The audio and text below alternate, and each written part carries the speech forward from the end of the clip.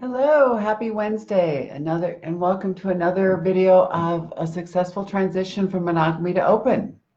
We're going to continue talking this whole week about emotional intelligence and ways that you can increase your skills in this area.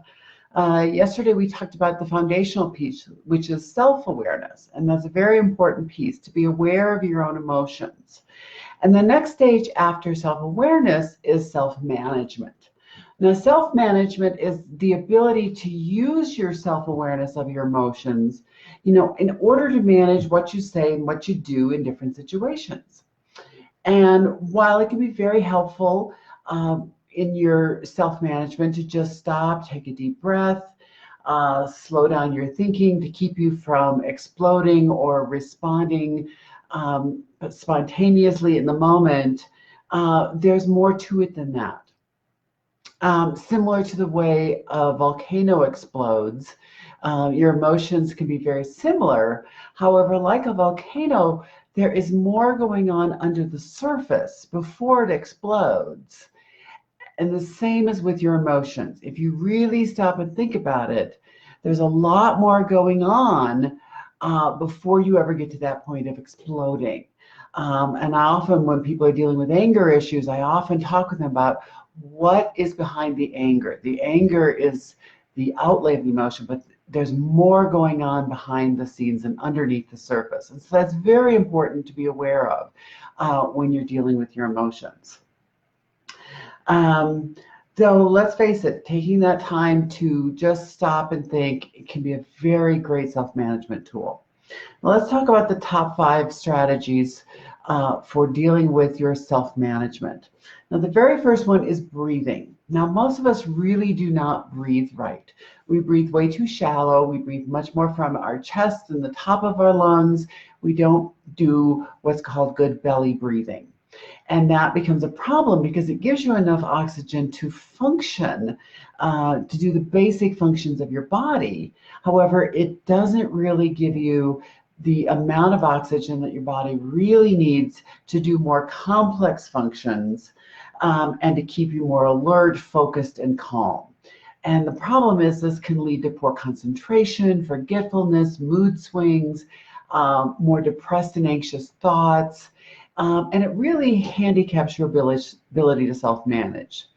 So particularly if you're in a stressful situation, it's important you really do some breathing. And this is some slow, deep breathing where you're allowing your belly to kind of come out. And for those of us who are a little self-conscious and like to hold our stomachs in, this can be challenging. We don't like to do that.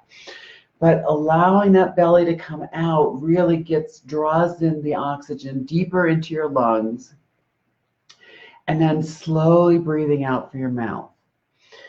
Doing a number of these slow, deep breathing is really going to make a difference in how calm you are, your ability to focus, your ability to think more clearly. So it's a very important first step in your self-management. The second thing you can do is to create an emotion versus reason list. There are many times when people feel like they have a battle between their emotional side and their reason and logic side. And so having the awareness between the two can be important, because while you don't want to be this emotional whirlwind all the time, you also don't want to be some sort of emotionless robot that is all about logic and reason. Both sides play very important roles, and you need both of those sides. So if you take a piece of paper and I'll draw a line down the middle, and on the left side, write down what your emotions are telling you to do. Whether they seem logical or not doesn't matter. Just write down what your emotions are telling you to do. And then on the right side of the page, write down what your logic and your reason is telling you to do in that particular situation or with that particular problem. And that gives you more of awareness to think about, which really is maybe the best solution, or maybe it's not even either one. Maybe it's somewhere in between. But it gives you that time to look at both and to really think about them. Number 3 is counting to 10. We've all heard about taking time outs. We give it to our kids all the time when they're little, giving them time outs, giving them a time to calm down. I often tell couples this when they are having trouble and conflict and things are getting very escalated, I often tell them they need to take time out. So taking that time, and this can be as simple as just counting to 10. So you breathe in, and as you're thinking about breathing out, you in your mind you say 1. And then you breathe in again, and on the breath out you say 2. And if you have enough time, you want to get all the way up to 10. Not only are you getting more of that deep breathing like we just talked about, but it's giving you that time to think and be more able to think about what is the best thing to do in that situation. Now, sometimes we don't always have time to go all the way to 10. So even getting 4 or 5 or 6 is going to help a lot of just getting you more oxygen, getting you more clarity, and giving you a little bit more time.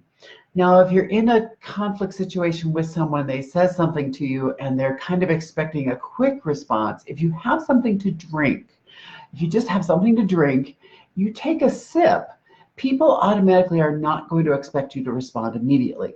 They're going to expect you to take a drink and finish that and swallow. And if you do that in a slow manner, it gives you that couple of extra 2 to 3 seconds to slow down and think about what you want to say and what you want to deal with that moment. Number 4 is laughing and smiling more. When you laugh and smile, your face automatically sends signals to your brain that you're happy. It's literally it responds to the nerves and the muscles in your face, and it helps determine your emotional state. And so when you're stuck in a frustrating situation, forcing yourself to smile will actually convince your brain that you must be happier than you actually are, and will help lift your mood. And if you really find yourself in a very negative state, reading a funny book, watching a show or a movie that you know you find funny, that you know is going to lift your mood, can make a huge difference. And I know it sounds silly, and yet I use it all the time. I am really good with public speaking in front of an audience, in front of actual live people.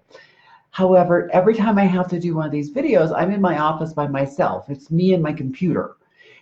And that is very stressful for me. And so literally every time I do one of these videos, I start off by smiling so that when the camera starts rolling, I feel better and I feel more confident. So I know it works.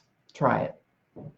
And number 5, I think, is a very important one. It's taking control of your self-talk. Now, research shows that we have an average of 50,000 thoughts a day. That's a lot of thoughts. And these thoughts can really dictate how we feel. And it's not just the little bitty thoughts, but it's also those thoughts that ignite that self-talk in our brain. Those things that we tell ourselves that we've maybe heard from other people. Oh, you're not good at math. Oh, you're an idiot. Oh, that's so stupid. Why'd you do that? I often tell people this story because it's so classic about how people's negative self-talk affects them. So imagine that you're in your kitchen and you decide to pour a glass of milk, something else, and you use a glass, not a plastic glass. And you set the glass on the counter and you go to put whatever it is back in the refrigerator. And as you turn back to your glass, you bump it and you knock it on the floor and the glass shatters and there's glass everywhere. Now, for many people, what is the very first thing they think? Oh my God, I'm such an idiot. I'm so stupid. How could I do this terrible thing? This is awful and terrible. Now imagine the same scenario. Your best friend is over and you pour them a glass of something to drink. And as the two of you are talking there in the kitchen, they get distracted. They knock the glass off the counter. Again, boom, it shatters all over the floor. What do you say to your best friend? Most likely you're not going to call them an idiot. You're not going to tell them how stupid they are. You're going to be like, oh, don't worry about it. It's just a glass. It's not a big deal. Accidents happen. You need to be as nice to yourself as you would be to your best friend. And don't allow your own brain to treat you that way, because that is going to make a big difference on your emotional management. So the three big things you want to do is you want to turn off any of those always or never comments that you find in your brain. And replace them with something like, well, just this time, or sometimes instead of saying, oh, I'm always so stupid, I always do these stupid things, like, okay, sometimes I do stupid things. Or the number two is replacing those judgmental statements like I'm an idiot with, okay, sometimes I make mistakes. We all do. And the third one is finally to take responsibility for your own actions and only your actions. Do not take responsibility for other people's actions. Or as like I say, what I like to say, own your own shit. We have this tendency to be this all or nothing and blame so many things. Either we take all the blame or we blame someone else. We don't take enough of the blame when things really are our fault. We have to get over it. So that's the top three for self-management. Tomorrow we're going to get into the social awareness, and then finally on Friday we're going to wrap up with relationship management, getting more in some of those relationship skills. So I hope you can come back and watch those either live or watch them on a rerun, I guess you'd say. So anyway, I will see you all tomorrow. Have a great week, and if you haven't already joined the group, please feel free to join it. It's growing at a great pace, and I think we're getting some wonderful new members and some wonderful discussions going on. So please feel free to join it, and ask your friends to join it if you think it's something they would really enjoy. All right. Thank you so much, and I will see you tomorrow. Bye.